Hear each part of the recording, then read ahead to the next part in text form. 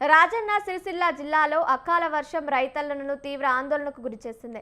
రాత్రి ఈదురు గాలులతో కూడిన భారీ వర్షం జిల్లాలో పలు మండలాల్లో బీభత్సం సృష్టించింది. వేములవాడ నియోజకవర్గాల పరిధిలో భారీ వర్షానికి ధాన్యం తడిసి ముద్దయింది. కొనుగోలు కేంద్రాల్లో నిల్వ ఉంచిన వరి ధాన్యంపై కప్పిన టార్పాలిన్ కవర్లు ఈదురుగాలులకు ఎగిరిపోవడంతో ధాన్యపు రాసులు పూర్తిగా వర్షానికి తడిసిపోయాయి. బస్తాల్లోని నీరు చేరడంతో రైతులు తీవ్ర ఆవేదన వ్యక్తం చేస్తున్నారు. వర్షం ఆగిన వెంటనే ధాన్యపు రాసులపై నిలిచిన నీటిని రైతులు తొలగించే ప్రయత్నం చేశారు.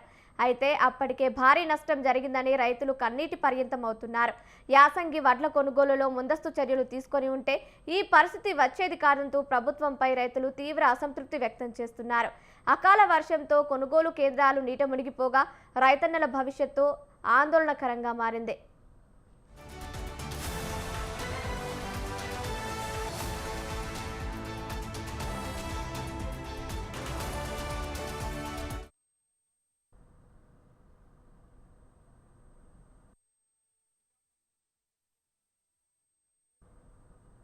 రాజన్న సిరిసిల్ల జిల్లాలో భారీ వర్షం కురిసింది. ఎల్లారెడ్డిపేటలో అకాల వర్షం రైతుల కష్టాన్ని మరింత పెంచింది. ఒక్కసారిగా వీచిన ఈదురు గాలులు, కురిసిన వర్షంతో కొనుగోలు కేంద్రాల్లో ధాన్యం తడిసి ముద్దైంది. టార్పాలిన్ కవర్లు ఎగిరిపోవడంతో ధాన్యపు రాసులు పూర్తిగా వర్షానికి తడిశాయి.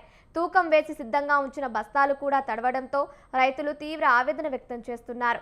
మరోవైపు కొనుగోలు కేంద్రాల నిర్లక్ష్యమే తమ పరిస్థితి కారణమని రైతులు మండిపడుతున్నారు. వెంటనే ప్రభుత్వం స్పందించి ధాన్యం కొనుగోలు చేసి తమను ఆదుకోవాలని డిమాండ్ చేస్తున్నారు. రైతులం కోసి ఈ నెల మీద 6 రోజులు అవుతుంది.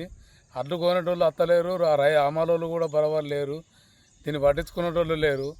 ఇలా సర్పంచ్ కూడా ఏమంటున్నా అంటే ఇక్కడి రాపేలాగలోకి పెట్టకు, చింతాలకు అంటే 29 నాడు కోసిన అడ్లు కూడా ఇలా పెట్టిపించిండు సర్పంచ్. ఇలా మా రైతుల పరిస్థితికి ఉన్నది. మొత్తం నీళ్ళు వచ్చినాయి. ఆనాచి గాలికి దుమ్మారం మొత్తం నీళ్ళు వచ్చినాయి. రైతులం విల కొట్లాడుతున్నాం.